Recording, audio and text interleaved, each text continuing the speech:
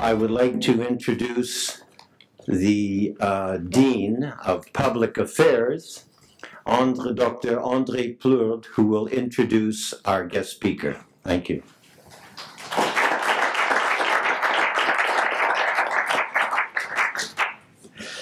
Your Excellencies, ladies and gentlemen, my warmest welcome to springtime in Ottawa.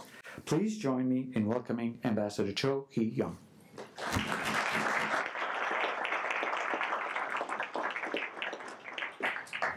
As you may know, this year is a very special year for Canada and Korea.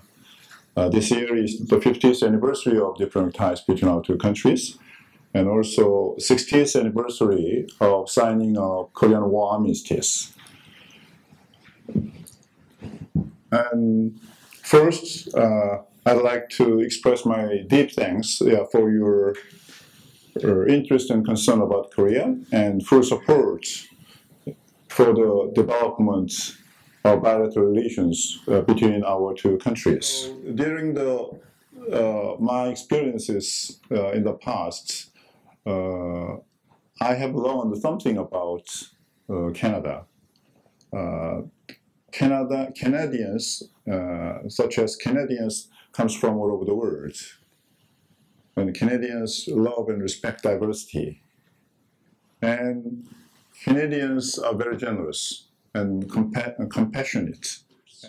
And also, I'd like to describe the current status of bilateral relations between our two countries, which can be described by three keywords: the staunch allies, ideal partners, and like-minded countries. And following this, I will highlight the four key assets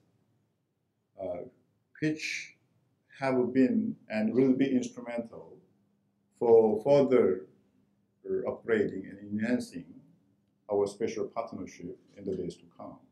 So over the years, we have made the steady efforts for peace and reconciliation on the Korean Peninsula. These efforts have been made despite the North Korea's continued provocation against us, against international community. And we have adopted two-track approach in dealing with North Korea for a long time.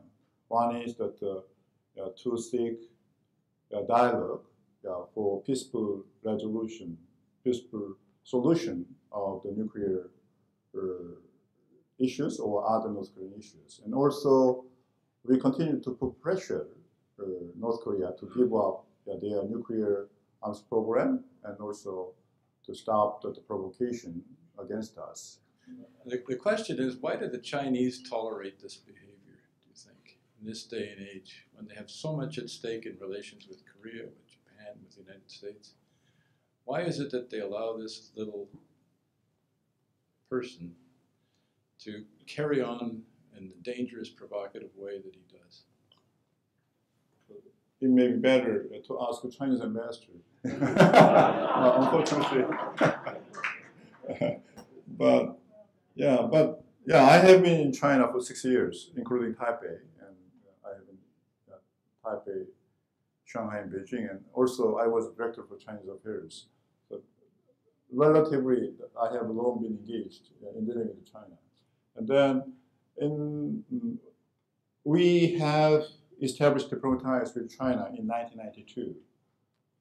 And already 20 years has passed.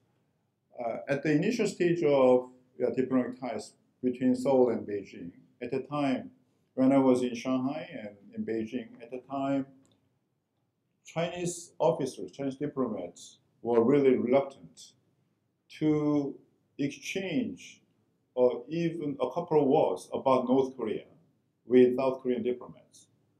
So since the establishment of diplomatic ties with Beijing, with South Korean diplomats and with South Korean government